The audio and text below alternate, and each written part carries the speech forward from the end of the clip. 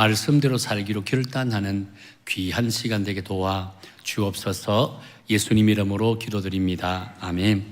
하나님의 말씀 에스겔서 2장 1절부터 3장 3절까지입니다.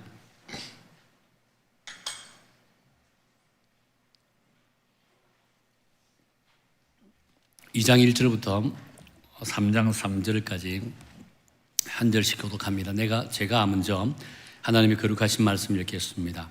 그가 내게 이르시되 인자야 내 발로 일어서라 내가 내게 말하리라 하시며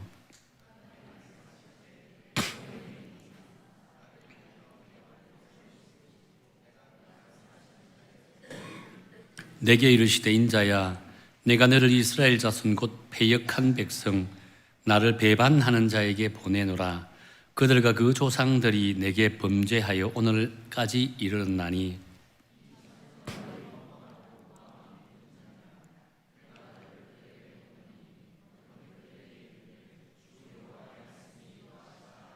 그들은 패역한 족속이라. 그들이 듣든지 아니 듣든지 그들 가운데 선지자가 있음을 알지니라.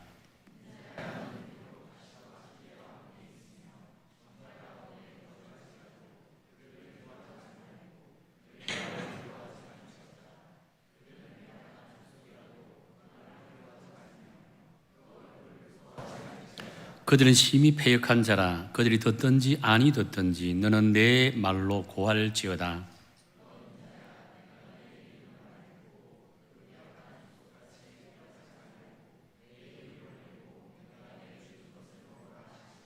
내가 보니 보라 한 손이 나를 향하여 펴지고 보라 그 안에 두루마리 책이 있더라.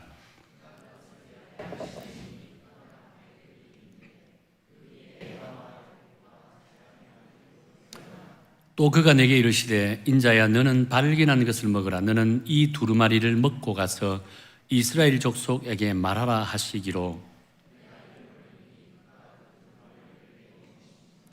같이 읽겠습니다. 내게 이르시되 인자야 내가 내게 주는 이 두루마리를 내 배에 넣으며 내 창자에 채우라 하시기로.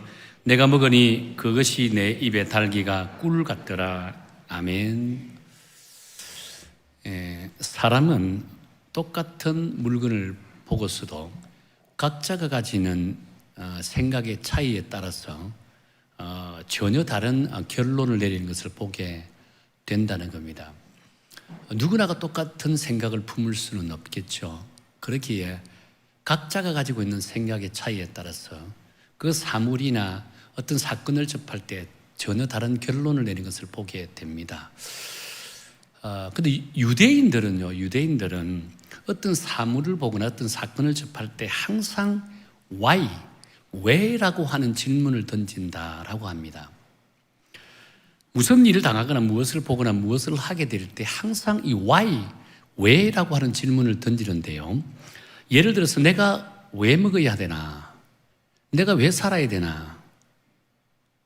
내가 왜 이런 고통을 받아야 되나? 끊임없이 내 일상 속에 일어나는 일들을 두고 내 왜라고 하는 질문을 던진다라고 합니다. 자, 그런데 이렇게 왜라고 하는 질문을 던지게 되면 그 일에 대해서 분명한 목적이 생긴다고 합니다. 여러분, 분명한 목적을 가지게 된다면 그 성취도나 속도는 엄청나게 높고 빠를 수밖에 없다는 겁니다. 그래서 어떤 사건이나 일에 대해서 목적을 가지는 것이 이처럼 대단히 중요하다라고 한다는 겁니다. 그런데 반면 헬라인들은 유대인들과 다르게 why, 왜라고 하는 질문을 던지기보다 how, 어떻게 라고 하는 질문에 집중한다라고 합니다. 이런 거 삶의 목적보다는요, 어떻게 보면 삶의 방법에 집중하는 것이다라고 이렇게 볼 수 있다는 겁니다. 내가 하는 일에 대해 그 이유와 목적보다는 그 일들을 어떻게 이루어 나갈 것인가, 그 일들을 어떻게 바라볼 것인가, 어떻게 할 것인가에 집중을 한다는 겁니다. 그렇다면 여러분은 why에 집중합니까? how에 집중합니까? 저도 제 자신을 돌아봅니다. 나는 why에 집중할까, how에 집중할까 라고 보았을 때 정말 이 한참 열심히 사역하고 할 때까지는요, 끊임없이 why에 집중을 했더라고요. 왜? 저는 나름대로 또 분석을 참 좋아하는 목사이기 때문에 왜라고 하는 질문을 끊임없이 던져오는 것을 보게 됩니다. 사건을 접할 때도, 일을 할 때도 왜, 심지어 내가 당하는 그 고난과 고통 가운데서 항상 왜라는 질문을 던지는 것을 보게 된다는 겁니다. 근데 시간이 흐르고 나이가 들어가고 여러 인생을 많이 경험하다 보니까 이제는 왜라고 하는 질문은 필요하겠지만 그 질문에 멈추지 않고 어떻게, how로 옮겨가는 것을 보게 되더라는 겁니다. 이제는 그 왜라고 하는 것이 중요하지 않고 어떻게 그 일들을 해결하고 이루어 나갈 것인지에 대해 포커스를 더 맞추고 있더라는 겁니다. 이것은 어떻게 보면 모든 사람들이 겪는 과정이지 않겠는가라고 생각한다는 거예요. 근데 여러분, 이것은 우리 믿음 생활에도 마찬가지라고 할 수 있습니다. 우리는 처음 예수님을 영접하고 믿음 생활을 시작할 때 끊임없이 질문하잖아요. 하나님께서 왜 나를 부르셨을까? 왜 나에게 구원을 주셨을까? 또 믿음 생활하는 과정 속에 다양한 환난과 고난을 당합니다. 그때 하나님께서 왜 나에게 이런 고통과 고난을 허락하셨을까? 끊임없이 왜라고 하는 질문을 던진다는 겁니다. 이 질문을 던진다는 것은 자연적으로 우리 그리스도인들은 목적 있는 그리스도인이 된다는 겁니다. 근데 중요한 것은 만일 우리가 이 목적 있는 그리스도인에서 멈춰버린다면 우리 믿음의 인생은 덜 성숙한 그리스도인으로 멈춰버린다는 겁니다. 그런데 많은 그리스도인들이 어떤 사건과 어떤 일을 접하고 또 우리 믿음 생활의 여정에 펼쳐지는 다양한 일들 앞에 왜라고 하는 질문은 던집니다. 근데 그 질문 속에 멈춰버린다는 겁니다. 어떻게로 넘어가지 못하는, 방법론을 찾지 않는 그 상황에 멈춰버리는 참으로 안타까운 모습을 보게 되어진다는 겁니다. 그러니까 현대 그리스도인들은 믿음 생활이 경륜이 이제 많이 높아지고 많은 사람들이 예수님께로 돌아와 예수님을 믿는다고 하지만 실제로 우리 세상 속에 그리스도인으로서 선한 영향력을 드러내는 것은 점점 더 위축되어 가는 것을 보게 된다는 거예요. 한때 한국 교회에 목적이 이끄는 40일이라는 프로그램이 아주 센세이션을 일으킨 적도 있었습니다. 아마 여러분들 한 번 정도는 다 들어보셨을 거예요. 아무나 또 목적이 이끄는 40일을 경험한 분들은 많을 겁니다. 우리 교회에서도 이전에 한지 모르겠습니다. 그런데 여러분, 목적이 이끄는 40일 어떤 사역 프로그램인 줄 아세요? 목적이 이끄는 40일 프로그램은요, 하나님께서 우리를 왜 불러주셨는지, 내가 왜 그리스도인인지, 내가 그리스도인으로서 이 땅에 어떤 모습을 가져야 되는지, 왜라고 하는 질문을 끊임없이 던지게 합니다. 자, 그런데 왜라고 하는 질문을 끊임없이 던지게 하는데 그 질문을 던지는 것에 끝나는 것이 아니라는 겁니다. 질문을 가졌으면 40일 동안 내 삶의 여정 속에 실제로 어떻게 방법론적으로 내 삶을 적용해 나가는 거예요. 내가 그리스도인으로서 이 세상에 어떤 삶을 살아야 될지, 왜라는 질문을 던지고 그 받았던 답을 내 삶에 적용해 나가는 거예요. 하나님이 나를 통해서 하나님의 나라를 이루어 나가기를 원하구나. 그럼 주부는 가정에서, 직장인은 직장에서, 사업가는 사업장에서, 학생은 학교에서 그리스도인으로서 선한 영향력을 드러내기를 원한다는 겁니다. 이게 목적이 이끄는 40일 프로그램입니다. 근데 우리 한국에 적용될 때 어떻게 적용될 줄 아세요? 목적이 이끄는 40일 프로그램이 왜라고 하는 질문에 대해서는 대단히 능통하게 만들었습니다. 왜? 그런데 여러분, 거기서 멈추고 말았다는 거예요. 멈추게 해버렸다는 겁니다. 내 삶 속에 어떻게 적용할 것인가 방법론을 찾은 것이 아니라 왜라고 하는 질문 속에 멈춰버렸다는 거예요. 거기에 갇혀버렸다는 겁니다. 그러니 40일 이끄는 이 목적이 이끄는 40일 프로그램이 정말 사람을 변화시키는 그런 사역 프로그램인데 결국 이것이요, 프로그램화 되어버리고 프로그램에 갇혀버렸다는 겁니다. 아, 나는 목적이 이끄는 40일 프로그램 수료해서 끝나버립니다. 끝나버렸다는 겁니다. 그러니까 우리 그리스도인들 세상 속에 전혀 영향력을 발휘하지 못하게 된다는 겁니다. 숫자는 많지만 오히려 세상을 향해서 가지는 영향력은 점점 더 위축되어 간다는 겁니다. 왜냐하면요, 내가 왜 예수님을 믿게 됐는지, 왜라는 질문을 던질 줄 아는데, 분석은 할 줄 아는데 내 삶 속 적용하는 과정이 너무나 빈약해져 갔더라는 겁니다. 제자 훈련도 마찬가지겠죠. 왜 여러분 예수님의 제자가 되기를 원합니까? 제자 훈련 프로그램 똑같습니다. 나는 예수님의 제자입니다. 인식시키는 겁니다. 자기 정체성은 나는 예수님의 제자입니다. 정체성을 세워주는 겁니다. 근데 한국 교회 제자 훈련 프로그램이요, 이 정체성을 나는 예수님의 제자입니다. 거기서 끝내버렸다는 겁니다. 제자면 세상에서 어떻게 살아야 되는데? 내가 삶의 터전에 서서 예수님의 제자로서 어떤 삶을 살아야 됩니까? 어떤 열매를 맺어야 됩니까? 거기에 들어가지 못했다는 겁니다. 그냥 나는 예수님의 제자입니다. 지식적으로 아는 것으로 멈춰버렸다는 겁니다. 그러니까 세상 속에 선한 영향력을 드러내지 못하는 거예요. 이것이 Y에 멈춰버리고 Y에 갇힌 그리스도인의 안타까운 현실이라고 할 수 있다는 겁니다. 이런 의미에서 오늘 저와 여러분이 함께 읽었던 이 본문의 말씀은요, 우리에게 이 Y라는 깊은 의미, Y에 대한 깊은 의미를 깨닫게 하고 거기서 멈추는 것이 아니라 이제 How로 넘어갑니다. 그럼 어떻게 우리가 그리스도인으로서 세상을 살아갈 것인지, 사명의 자리에 어떻게 설 것인지에 대한 방법론을 제공하는 것이 오늘 우리 함께 읽었던 본문의 말씀이라고 할 수 있다는 거예요. 에스겔서에 등장하는 에스겔 선지자는요, 예레미야 선지자와 동시대 인물이라고 할 수 있습니다. 그런데 예레미야 선지자가 기록한 예레미야서는 예루살렘에 대한 멸망을 예언하는 말씀으로 주로 기록되어 있습니다. 그러니까 하나님께서 예루살렘 이스라엘 백성들을 책망하고 그 다음에 멸망과 또 그에 대한 심판을 끊임없이 강조하는 그런 말씀의 내용이라고 할 수 있습니다. 그래서 예레미야서를 읽어보면 마음이 참 무거워요. 그런데 에스겔은 조금 다르다는 겁니다. 에스겔은 하나님께서 이스라엘 백성들에 대한 멸망을 선언하는 것이 아니라 바벨론 포로 생활 가운데 있는 그들에게 다시금 이스라엘로 회복시켜 주실 것이다 라고 하는 희망과 회복을 선언한, 선포한, 예언한 그런 하나님의 말씀, 다시 말해서 회복의 포커스를 맞춘 말씀이 에스겔서라고 할 수 있다는 겁니다. 그래서 자연히 오늘 읽은 1절 보면 1절 시작에 이렇게 선언하는 것을 보게 되잖아요. 인자야 내 발로 일어서라 라고 한다는 겁니다. 근데 여러분, 이 인자야 내 발로 일어서라 라고 했을 때 이 단어는 단순히 에스겔 개인을 지칭해서 하는 말일까요?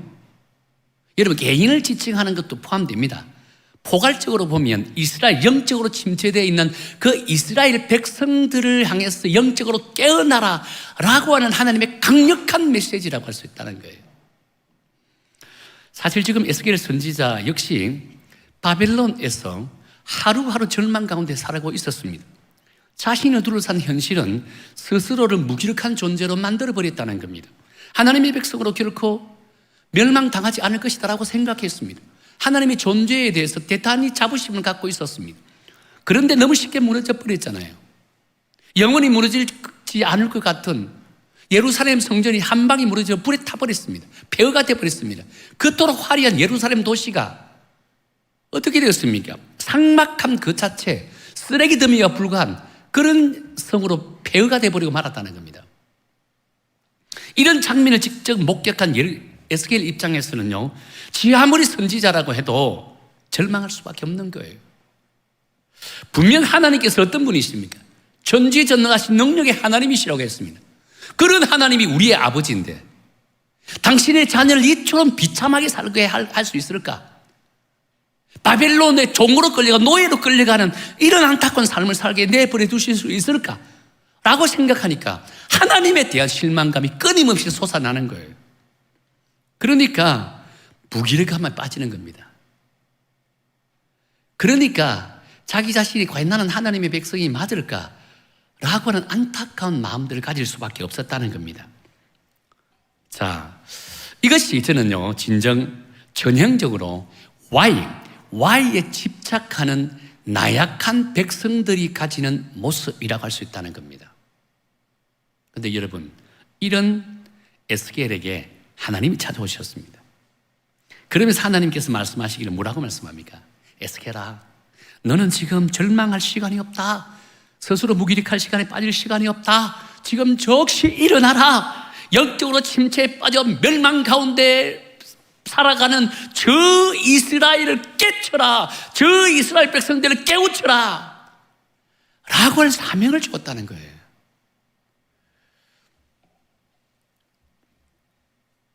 그렇습니다. 우리는 종종 하나님의 일을 감당하다가도 갑자기 내 주변에 일어나는, 내 환경을 통해서 일어나는 다양한 일들로 인해서 이리 쳐이기도 하고 이리 저리 치기도 해서 끊임없이 내 심령이 곤고해질 때가 참으로 많습니다. 심령이 지치기도 하고 고나이 하나님이 주신 사명을 망각하면서 살아갈 때가 참으로 많습니다. 그런데 이상하리만큼 꼭 하나님께서 이럴 때 제 스스로가 침체에 빠지고 제 스스로가 무기력함에 빠져 있을 때 꼭 하나님께서 이럴 때 목사를 통해서 이 교회를 통해서 사명을 맡겨요. 아주 중요한 일을 맡길 때가 있다는 겁니다. 지금 나는 이 컵 하나도 들기 힘들 정도의 무기력함에 빠져버렸습니다. 도저히 일을 쓸 수 없습니다. 이런 나에게 어떤 사명이 주어진단 말입니까? 자그마한 일을 맡겨도 저는 아무것도 감당할 능력이 없고 힘이 없다는 겁니다. 근데 이럴 때 이 사가리만큼 하나님이 꼭 중요한 일을 맡겨요. 그럴 때 쏟아지는 나오는 말들이 어떤 말들입니까? 하나님, 나도 살아야 됩니다. 내 코가 석자인데 어떻게 하나님이 맡긴 내 일들을 감당할 수 있겠습니까? 우선 내가 회복돼야 됩니다. 우선은 내가 성령 충만 받아야 됩니다. 내가 회복되고 내가 성령 충만 받아야 하나님 주신 사명을 감당할 수 있고 봉사도 하고 섬길 수도 있습니다. 지금은 아닙니다. 지금 때가 아닙니다. 나 스스로 판단하고 거절할 때가 참으로 많잖아요. 실제로 제가 목회를 해보면 성도님들 가운데 이런 이야기를 종종 들어요. 결코 틀린 말이 아니죠. 그런데 여러분, 우리 주님께서는 우리에게 이렇게 이야기합니다. 김집사야, 지금 너는 누워있을 때가 아니다. 네 이제 무기력감에 빠져 있을 때가 아니다. 절망 가운데 빠져 있을 때가 아니다. 너는 예수님의 부활의 능력으로 십자가의 은혜로 구원받은 세상에서 가장 존귀한 자다. 지금 일어서라. 지금 사명의 자리로 나아가라. 하나님께서 우리에게 이렇게 외친다는 겁니다. 우리는 지금 절망 가운데 빠져 있다는 겁니다. 힘이 없다는 겁니다. 무기력함에 빠졌다는 겁니다. 아무것도 할 수 없어요. 나는 못합니다라고 합니다. 그럼에도 불구하고 하나님께서는 우리에게 너는 지금 그럴 시간이 없다는 겁니다. 무기력함에 빠질 여유가 없다는 겁니다. 일어서라는 겁니다. 주변을 돌아보라는 겁니다. 우리가 해야 할 일이 얼마나 많은지 모른다는 겁니다. 다시 우리에게 이렇게 세우는, 이것이 하나님께서 우리에게 요구하는 사명자의 길이라고 할 수 있다는 거예요. 마태복음 10장에 보면 예수님께서 12제자를 파송하는 장면이 나옵니다. 예수님께서 제자를 부르시기 시작할 때가 마태복음 4장부터입니다. 그리고 마지막으로 예수님의 제자를 부르실 때, 세리마태를 부를 때가 마태복음 9장입니다. 근데 여러분, 9장에서 끝나고 10장으로 바로 넘어가면 어떤 사건이 벌어진 줄 아세요?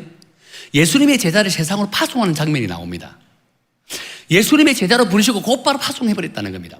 그렇다면 세상으로 파송받았던 제자들의 영적인 상태는 어느 정도일까요? 여러분, 우리가 생각할 땐 적어도 예수님의 제자로서 세상에 파송받아라면 3년 동안 진짜 해병대 특전 훈련 받는 것처럼 훈련을 받아야 세상에 파송받을 수 있지 않겠는가라고 생각한다는 겁니다. 그런데 예수님께서 놀랍게도 세리마태를 부르시고 곧장 10장에서 바로 예수님의 제자를 파송해버렸다는 겁니다. 그 사이에 어떤 일이 벌어졌을까요? 사실 예수님의 제자들이 예수님의 말씀을 통해 훈련받은 건 딱 한 부분입니다. 마태복음 5장부터 7장까지 말씀입니다. 마태복음 5장부터 7장까지의 말씀이 어떤 말씀인 줄 아세요? 산상수훈입니다. 산상수훈 이 말씀을 듣고 곧장 세상으로 파송받았다는 겁니다. 여러분, 놀라지 않겠습니까? 그렇습니다. 주님의 사명을 감당하는 일은 내가 어느 정도 신앙의 경륜이 쌓이고 내가 어느 정도 그 일을 감당할 수 있는 성령 충만할 때 하나님으로부터 사명을 받는 것은 결코 아니에요. 우리가 예수 그리스도가 나의 구주임을 믿음으로 고백하고 하나님의 자녀로 부름을 받았다는 것을 확신하는 그 순간 우리 사명의 자리로 떠나야 된다는 겁니다. 사명의 자리로 나가야 된다는 겁니다. 중요한 사실은 그 사명을 감당할 수 있는 힘과 능력은 사명의 자리로 나아갈 때 주신다는 겁니다. 사명의 자리로 나아가지 않는 자에게요, 그 사명을 감당할 수 있는 힘과 능력을 주지 않아요. 우리 착각하고 있다는 겁니다. 내가 힘과 능력이 있어야 그 사명을 감당할 수 있다고 생각하는 거예요. 하나님은 그렇게 판단하지 않습니다. 하나님의 판단은 사명의 자리로 나아가는 자에게 하나님의 능력을 주신다는 겁니다. 성령 충만한 은혜를 주신다는 거예요. 한 가지 예를 든다면, 여러분, 우리 전도를 나갑니다. 이번 주일날 전도를 나가는데 오늘 전도 나갔던 분들에 대한 이야기를 듣지 못했습니다. 지난주에 전도 나갔던 분들의 이야기를 들었습니다. 어르신들이 나갔습니다. 자, 1, 2, 3 남전도 1, 2, 3 여전도회가 이제 노방전도를 나갔습니다. 나가기 전에 무거웠습니다. 얼굴빛이 부담이 너무나 가득 차 있습니다. 그 가운데 어떤 분들은 두려움이 있었겠죠. 근데 전도하고 돌아오시는 분들은요, 하나같이 너무 행복한 모습으로 돌아왔대요. 또 나가고 싶대요. 나가기 전에는 너무 무거운 분위기였습니다. 칙칙한 분위기였습니다. 근데 나가고 돌아올 때는요, 그렇게 행복해 할 수가 없었다라고 합니다. 왜 그런 줄 아세요? 나가기 전에 부담이 있을 수밖에 없습니다. 이런 복음을 증거하는 현장은 전쟁터입니다. 영적인 전쟁터입니다. 영적인 전쟁터에 나갈 때 부담 없는 사람이 없습니다. 저도 매주 화요일마다 전도 나가는데 나갈 때마다 사실은 목사인 저도 마음에 은근한 부담이 있습니다. 그럼에도 불구하고 사명의 자리에 나갑니다. 그럴 때 하나님의 은혜를 주시는 거예요. 성령 충만함을 주시는 거예요. 그곳에서 성령의 놀라운 은혜와 역사를 경험하게 된다는 겁니다. 힘과 능력을 갖는다는 겁니다. 얼굴이 달라집니다. 행동이 달라진다는 겁니다. 이것이 하나님이 우리에게 주신 사명이고 하나님 우리에게 주신 은혜라고 할 수 있다는 겁니다. 하나님의 성령 충만한요 사명의 현장을 통해서 우리에게 주어진다는 사실을 우리 꼭 인지해야 된다는 겁니다. 그렇습니다. 자, 그렇다면 여러분, 오늘 본문에서 분명히 보면 에스겔에게도 하나님의 부르심에 충분히 시간을 달라고 변명할 수도 있었잖아요. 지금 에스겔은 조금 전에 제가 말씀드린 것처럼 바벨론에 포로로 잡혀와 있다라고 했습니다. 자신의 몸도 가눌 수 없을 정도의 피폐한 상황이라고 했습니다. 모든 상황이 하나님의 말씀을 전하기에는 최악의 상황이라고 했습니다. 그런데 얼마든지 이렇게 변명할 수 있지 않겠습니까? 하나님 정말 사람 잘못 골랐습니다. 하나님은 지금 제가 처한 상황을 너무 잘 알잖아요. 쇠사슬에 묶여 지금 노예로 끌려왔습니다. 지금 아무것도 할 수 있는 상황이 아닙니다. 제가 지금 하나님한테 너무 실망했습니다. 그러니까 지금 당분간 하나님과 단절하고 싶습니다. 저를 찾지 마십시오. 잘못 찾았습니다. 번주시 잘못 골랐습니다. 차라리 그냥 영적으로 황성하고 본국에서 노예를 끌려오지 않는 사람들 가운데 지식도 뛰어나고 건강도 뛰어나고 재력도 갖고 있고 열정도 있는 사람들 너무나 많습니다. 그들 가운데 하나님의 사람을 찾으십시오. 저는 아닙니다. 이렇게 변명할 수 있습니다. 회피할 수 있고요. 그런데 에스겔 선지자는요 전혀 그렇게 변명하지 않았습니다. 회피하지 않았습니다. 하나님이 부르시는 그 음성에 부담은 됐겠죠. 순종으로 나아갔다는 겁니다. 순종으로 나아갔다는 거예요. 이것이 오늘 하나님께서 우리에게 기대하는 믿음의 자세, 사명의 자세라고 할 수 있다는 거예요. 자, 그렇다면 여러분, 하나님께서 에스겔에게 적극적으로 사명의 자리로 나가게 하신 이유가 어디 있을까요? 그것은 곧 하나님의 절박성입니다. 하나님의 절박성, 하나님의 절박함 때문이었습니다. 성경 한번 볼까요? 2장 3절에 보면 하나님께서 에스겔 선지자를 부르신 이유에 대해서 말씀하고 있습니다. 우리 3절, 2장 3절입니다. 우리 함께 읽도록 하겠습니다. 시작.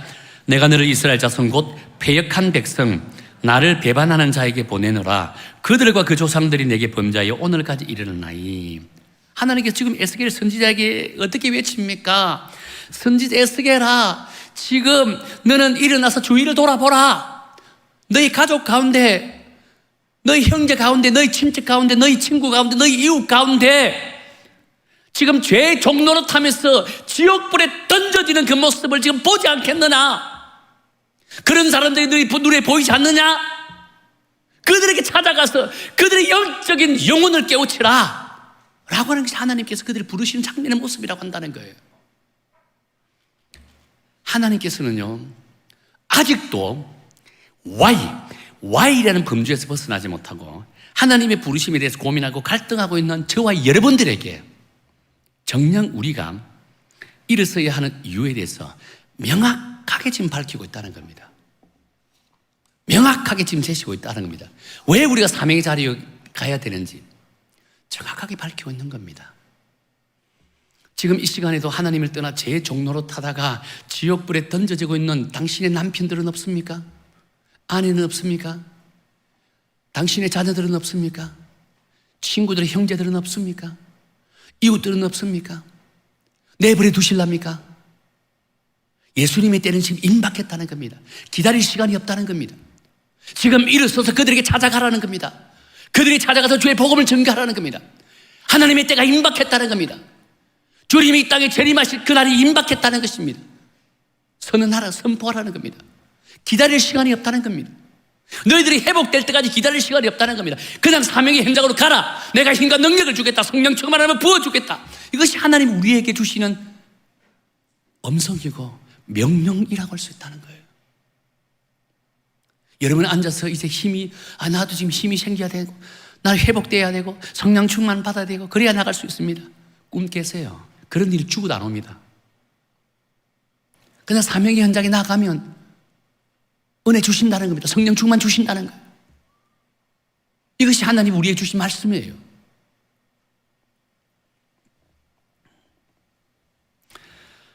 또한 이것이 하나님께서 에스겔 선지자에 부르신 목적이고요, 저와 여러분을 부르시는 목적이라는 겁니다.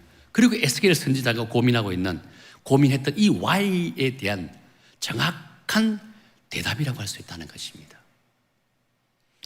자, 그렇다면 여러분, 그리스도인으로서 이 Y에 대한 고민이 해결되었다면 이제는요, How에 대한 방법론을 찾아야만 한다는 겁니다.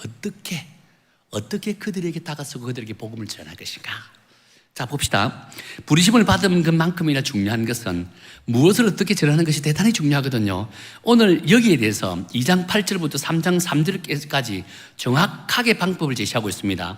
우리 2장 8절부터 3장 3절까지 좀 긴 절이지만 천천히 또박또박 읽어 나가도록 하겠습니다. 시작. 너 인자야, 내가 내게 이르는 말을 듣고 그 패역한 족속같이 패역하지 말고 내 입을 벌리고 내가 내게 주는 것을 먹으라 하시기로 내가 보니 보라, 한 손이 나를 향하여 펴지고 보라, 그 안에 두루마리 책이 있더라. 그가 그것을 내 앞에 펴시니 그 안팎에 글이 있는데 그 위에 애가와 애곡과 재앙의 말이 기록되었더라. 또 그가 이르시되 인자야, 너는 발견한 것을 먹으라.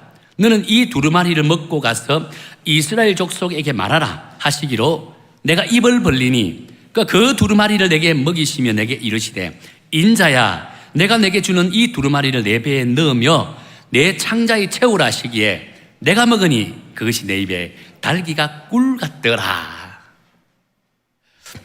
이 구절은 비록 상징적인 표현입니다. 두루마리를 먹으라, 이마 두루마리는 성경을 의미합니다. 하나님의 말씀. 왜냐하면 그 당시 하나님의 말씀을 두루마리에 기록했으니까요. 하나님의 말씀을 상징합니다. 그렇지만 하나님께서 에스겔 선지자에게 선지자를 보내시기 전에 에스겔 선지자에게 뭐라고 이야기했습니까? 하나님의 말씀을 배에 채우라, 창자에 가득 채우라고 했다는 겁니다. 에스겔 선지자가 사명의 자리로 나가기 전에 가장 우선적으로 해야 될 게 하나님의 말씀을 채우라는 겁니다. 다시 말해 복음을 채우라는 겁니다. 다른 거 준비할 필요 없다는 겁니다. 너희들이 에너지를 얻고 힘을 얻고 육신적으로 강건해지고 성령 충만함을 받기를 갈망하고 내가 그것으로 채워지면 가겠습니다가 아니에요. 하나님의 말씀을 채우라는 겁니다. 하나님의 말씀을 채우기만 하면 된다는 겁니다.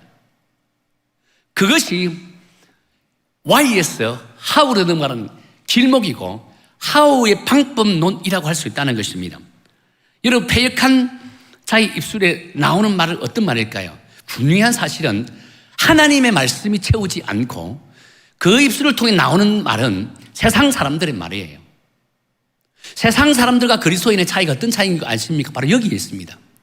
세상 사람들은 하나님의 말씀으로 채워지지 않다 보니까 그 입술에 나오는 모든 말들은 패역한 말들이 나온다 했습니다. 하나님의 백성들은 하나님의 말씀으로 가득 채워지니까 그 입술을 통해 쏟아져 나오는 것은 하나님의 은혜의 말씀, 능력의 말씀이라고 했습니다. 패역한 말들 어떤 말이 있을까요? 패역한 말은 사람을 실족하고 사람을 죽이는 말이에요. 하나님의 은혜의 말, 하나님의 말씀으로 가득 채워 있는 그리스도인들의 입에서 나오는 말들은 사람 살리는 거예요. 사람을 구원케 하는 거예요. 회복케 하는 거예요. 이 차이가 뚜렷하게 난다는 겁니다. 여러분 가운데서도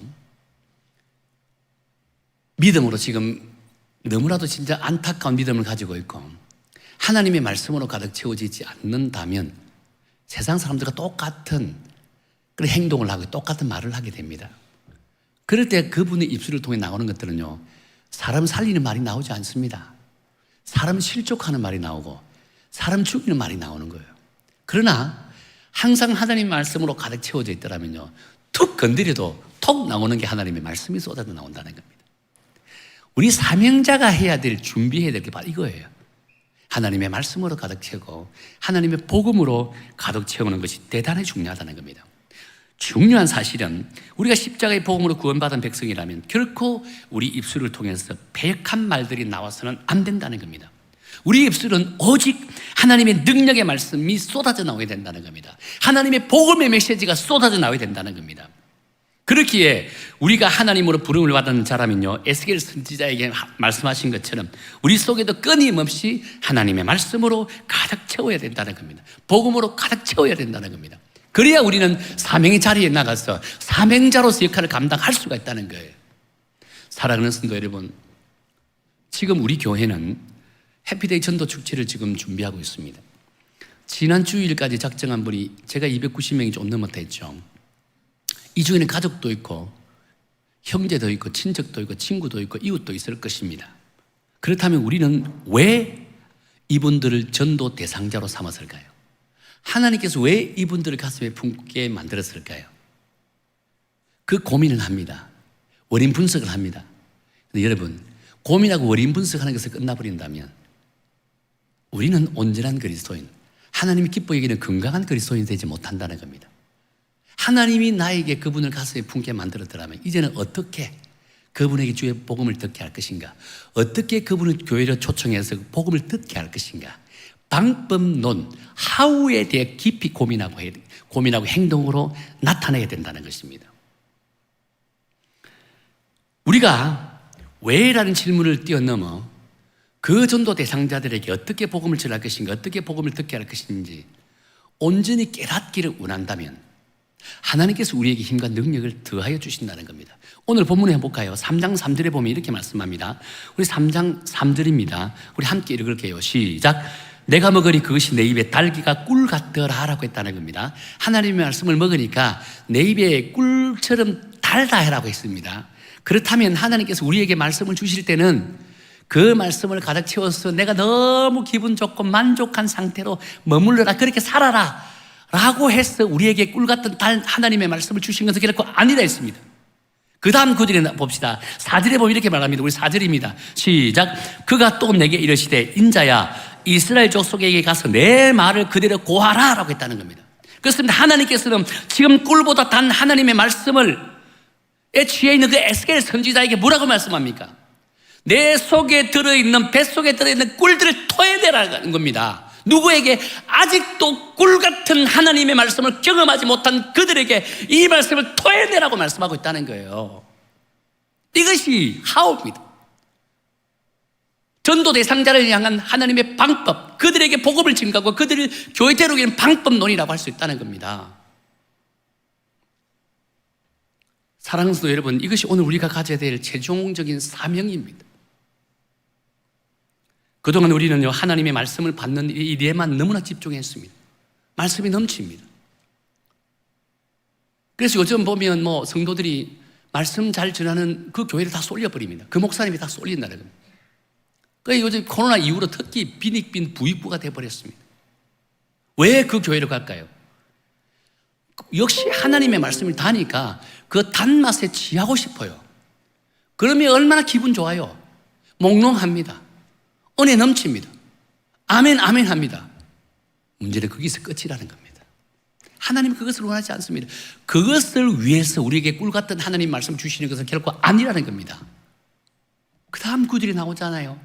하나님의 말씀을 내 입에서 토해내라. 누구에게? 아직도 말씀의 단맛을 깨닫지 못하는 수많은 영혼들, 지금도 죽어가는 그 영혼들에게 하나님의 꿀같이 단 말씀을 쏟아내라, 토해내라. 그들도 역시 하나님의 말씀에 대한 단맛을 느껴야 된다는 겁니다. 경험해야 된다는 겁니다. 그 역할을 감당하기 위해서 너희들을 부르다는 겁니다. 우리를 불러주셨다는 겁니다. 우리를 사명자로 파송한다는 거예요. 이것이 하나님이 우리에게 주신 사명의 최종적인 목적, 최종적인 사명이라고 한다는 거예요. 오늘 이 시대 우리 한국계 그리스도인들은 그렇지 않아요. 그냥 말씀에 단맛만 젖어 있다는 겁니다. 그러니까 당뇨병이 걸리는 거예요. 단맛에 취해 있으니까 당뇨병이 걸리는 거예요. 당뇨병 걸리면 이걸 얼마나 힘든 줄 아세요? 아무것도 못해요. 건강해야 되는 거예요. 계속 먹기만 하고 운동을 하지 않으니까 얼마나 비대해졌습니까? 걷는 것도 다 불확실합니다. 운동을 해야 됩니다. 운동이 어떤 운동? 주의 복음을 증거하는 사명의 자리로 나가는 것이 운동하는 겁니다. 그래야 우리는 건강한 그리스도인이 되어진다는 겁니다. 사랑하는 성도 여러분, 우리가 진정 건강한 그리스도인이 되기를 원한다면, 하나님이 기뻐 여기는 그리스도인이 되기를 원한다면, 우리가 받았던 꿀보다 더 단 하나님의 말씀을, 복음을 우리 입술을 통해서 쏟아내야 된다는 겁니다. 아직도 말씀의 맛을 모르고 복음의 능력을 깨닫지 못하는 가족들도 있고 친구들도 이웃들도 있습니다. 그들에게 하나님의 말씀을 선포해야 되는 거예요.